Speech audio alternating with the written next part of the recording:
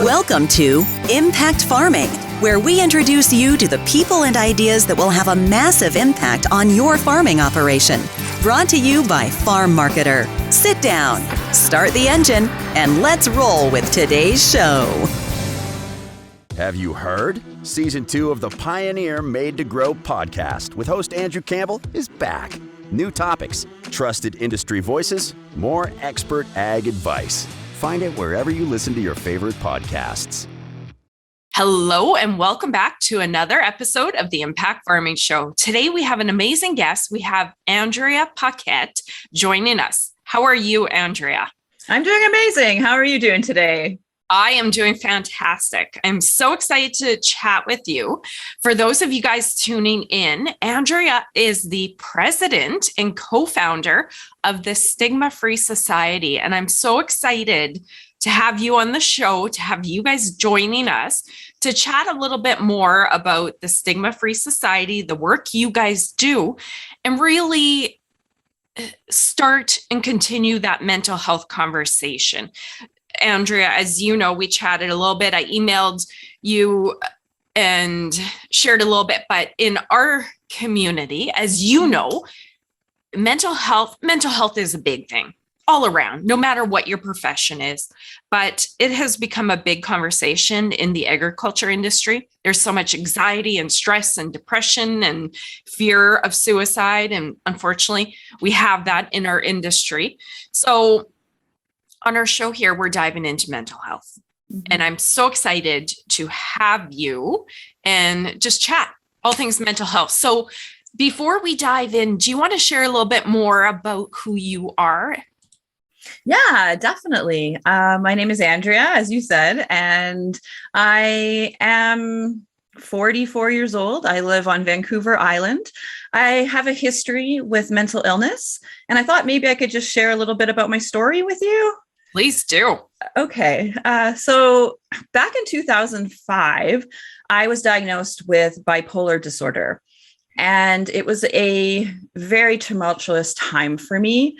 I nearly lost my life. It was so bad with the depression that I attempted to take my life. And I say that because I often feel that people don't talk about suicide, and it's often something that's really swept under the rug. And I see so much worth in sharing personal stories. And as time went on, just a little bit more about me.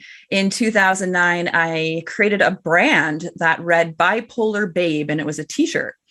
And then as time would go on, I created a website, and I just used it to share my story, like my own personal cute little brand, to bring that conversation in a lighter way about mental health. And it wasn't so dark and heavy, because in 2009, nobody was ever talking about mental health like we are today. And I'm glad we've made such strides and progress.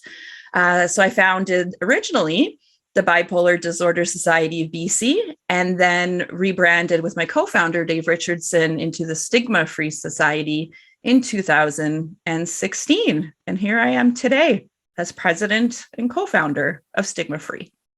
Love it. And you know what? It's so great that people like you have the courage and you're sharing your story, right? You're so right. When I was growing up, we didn't talk about mental health. And even up until the last couple of years, mental health has had such a stigma. And I think we're still working on that, right? And to me, I mentioned this in one of my previous interviews. I haven't had to suffer with a mental illness. And I was really ignorant to all things mental health. And then all of a sudden, as life goes on, you hear of different people that suffer with this. And all of a sudden I had a staff that had this. And then you go, oh, wow. Okay, I need to learn about this, right? Mm-hmm. Because being the diligent person I am, you really want to learn. So I learn, you dig in. And to me, mental health and physical health, we're okay talking about our physical health. Why is it so taboo to talk about the mental health? This drives this. It's all one. And to me, I want to see the stigma gone. So I love the work that you're doing. And, you know, honestly, thanks for the courage that you're speaking up and doing what you're doing. That's awesome. Yeah. All right. So yeah, no, thanks for having me here. I have to say, honestly, it doesn't like, I just love hearing the stories of so many other people as well within our charity, and, sharing whether it's mental health, and stigma comes in many forms, right? So it can come in the form of racism, addictions, etc. So if we're all sharing our challenges and triumphs, we work to inspire people. I love it. So when you were dealing with this personally, it must have been uncomfortable. How did you decide to start sharing your story? Weren't you scared of being judged, ridiculed? Yeah. Yeah, it definitely was. It took 4 years to really get to that place of acceptance. And it all really was a defining moment, which is an interesting story. I went and took this weekend-long seminar called the Landmark Forum. And it's like the self-development, setting goals, looking inside and really determining, what kind of stories do you tell yourself to make up your truth? And my story was, I'm not going to be happy. I'm always going to have this mental illness. It's always going to ruin my life. And I had this perception. But when I took the seminar on the last day, there was 500 people there. You bring your friends and your family, and you share about your wins and what you learned. And only a few of us were able to go up because there's so many people. And I remember the facilitator said, does anybody want to come up and share? And I'm like, just put my hand up. I didn't even know what I was going to say. Oh, wow. And I went up to the front in front of 500 people, and I looked around, I grabbed that microphone, and I'm shaking and I'm red and I'm out of breath and I'm so scared. And then I just said it. I said, hey, everybody, my name's Andrea and I have bipolar disorder, and I'm not bipolar disorder. Oh. I have a mental illness, but I'm not defined by that illness. And I actually can live an amazing life. And it was mic drop that moment, not literally, but it felt like it. Yeah. And it was an absolutely astounding feeling, because that's when I decided I wanted to make it my mission, because I felt like I had a story to tell. And if I could share that story that I survived, that I got through, how I did it, I didn't want others to suffer in silence. It was just really that simple. And that led to the creation of the charity. As I mentioned, I was really scared at first, but now when I talk about it on podcasts or, at a speech, it feels as natural as just talking to a family member in a living room. Mm. Well, and that's what they say when we're scared to talk about what bothers us. It holds us, right? It has power over us. It controls us. But so often I've chat with a few guests about mental health, and they say as soon as you start telling your story, others go, me too. And then it loses control over you, right? A little bit. Is that right? Yeah, it takes away that hold, that shame. And I call it, as many of us call it, the self stigma. There's so many forms, or there's 3 kinds of stigmas, right? There's social stigma, structural, which is in institutions, workplaces, etc. And then there's self, where we are ashamed of something, like whether it's a mental illness or the color of our skin, or we hold a negative connotation to that. And when we can let go of that self stigma, then I think we're really free. Well, that would be the most damaging one, right? If you have that self stigma of yourself. Yeah. Right. Yeah, definitely. Get away from yourself. Exactly. Okay, so why don't we roll into the Stigma-Free Society? You mentioned a little bit about your mission, but can you share about what you guys do, the programs, the services, all that good stuff for people in our audience? They're mainly farmers, but it doesn't matter. Mental health is mental health. So do you want to share more about what you guys do? For sure. Stigma-Free Society, all of our programming and offerings are based around three themes. So awareness, understanding, and the acceptance of ourselves and others. So we offer a variety of programs, 6 different ones actually. And the one that I really love is the Rural Mental Wellness Toolkit for agricultural communities, remote communities, rural communities. And so on this toolkit, ruralmentalwellness.com, I hope everybody will have a look, because it's specific mental health issues, as in these communities, there are different concerns, obviously linked to mental health, of course, but there's a higher incidence rate of suicide, for instance. There's isolation. There's things that in the urban counterparts that many people are just not dealing with. So it adds a layer of complication and a lot of times a barrier to accessing mental health help. So we created this toolkit that is online and accessible to everybody. We have a peer support component for those in rural communities, free peer support training so people can learn how to support themselves and then those in their communities as well. And this program is robust and amazing and is 2 days. And again, we have donors, so we're able to offer it for free when it's usually $350 of training. As well, we have the Student Mental Health Toolkit, which is an amazing resource for educators, school counselors, parents, guardians, and caregivers, and youth as well, obviously, And with the Student Mental Health Toolkit, it has lesson plans that are about mental health. These can be implemented in schools across British Columbia, anywhere in Canada. And we have been expanding into the Winnipeg School Division, which is a brand new thing for us to really focus in out of province. Okay. And the toolkit as well has virtual school presentations where we zoom in right into the classrooms with the students. We talk about mental health and share personal stories. And we also have a women's peer support group, which is accessible across virtually across Canada. Yeah, and a few other things like a workplace stigma zero training. We've partnered with Jason out of Montreal, and this is a workplace training program that he's created and that we've partnered to promote it. So there's a lot of really great offerings with Stigma-Free, and I just truly hope that people will look us up and check out our programs, especially for your audience, the Rural Mental Wellness Toolkit. Perfect. You're busy. Wow.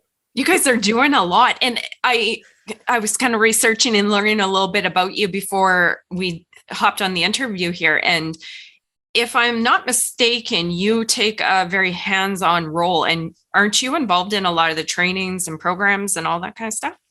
Yeah, so it's not just me as co-founder. We also have Dave Richardson, who created the genesis of the Rural Mental Wellness Toolkit as he grew up on a farm. Oh. And so, yeah, he's very, very passionate. And, we work together. Dave puts out a lot of the ideas and the energy and the ignition of, those ideas. And then the team, we just kind of really make it happen and come together. As for myself personally, I give a lot of presentations. So even though that's operational and part of the programming, I also do, of course, as most people would equate president to either CEO or executive director of the charity. And, that's fundraising and strategy and all of those pieces. But I do have a hand quite a bit in operations because I really love it. And I feel like program design, working with our team to help train them to become virtual presenters. And I just have a wonderful team that helps me every step of the way. I love it. And you know what? I love the programs that you guys are offering, very targeted for the youth, for the women, for the rural communities. Mm-hmm. And I want to go back to the youth because as we know, it starts with the youth, right? Having better educated adults. Had we all learned about this stuff? I'm not sure how old you are, and I don't say my age on the show. I already told you I'm 44. Oh, you did? Okay. So we're around the same age. I totally forgot about that. I don't know about you, but I didn't learn about mental health in school, any of the school years. And Could you imagine? I mean, society needs to progress as it progresses. We can't go faster than we did, obviously. But if all the kids learn about it as they're growing up, I can't help but believe that mental health will one day be discussed just the same as physical health, right? Yeah, that's the goal, definitely. And when I think about my high school years as well, and even when I was a child, I grew up with a mother who love my mom. She's great with schizoaffective disorder. What schizoaffective disorder is a mental illness with elements of bipolar and then schizophrenia. Very, very tough for her whole life. But no one talked about that in school, having a parent who has a mental illness, which is so common if it's not ourselves suffering. 1 in 5 Canadians do suffer with a mental illness. So I wish that when you're talking about school and bringing up that whole conversation around mental illness, mental health, and also stigma, right? Like, don't be ashamed of your mom. I wish I heard that. That was something I just didn't know. I didn't have any guidance or mentorship. So I'm really happy that we're able to bring this important topic into the schools. I didn't even think of that. I just thought for the kids growing up, and whether it's in themselves or people they know, but you're right. I mean, having those tools to go, oh, okay, my mom or my dad or my uncle or my brother or my sister, right? Mm-hmm. Yeah, so valuable.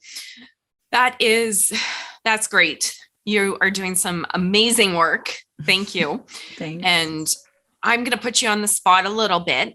We have farmers, like in our audience, and they've been dealing with a really hard year. Everybody, I think probably in this planet right now with the pandemic going on is going through a bit of a tough time, right? There's a lot of uncertainties on so many levels. And now in our farming community, in various areas across Canada, I'm sure around the world, we've had a tough year, a lot of drought. So that's really why I dove into the mental health series again this fall, because I said, you know what, let's take a pause from the business content that I normally do. Because my belief is, you know what, we got to take care of the farmer physically and mentally, because if we're not up to par, how do we even implement any business content, right? Let's make sure that everyone's feeling good and healthy and aware. So that's why I dove into this. So I would love for you to share some final words of wisdom as we work to wrap the interview up with anyone in our audience that might be suffering from mental health or know someone. Take that where you want to go with that. Yeah. So we have this wonderful, on our toolkit, we have hosts. So I'm one of the hosts for our live events. And then we have Jerry Friesen, who's the recovering farmer, he calls himself. And he's given me a lot of tips on what's important when it comes to farmers and mental health. And one of the biggest things, like we were just talking about self stigma.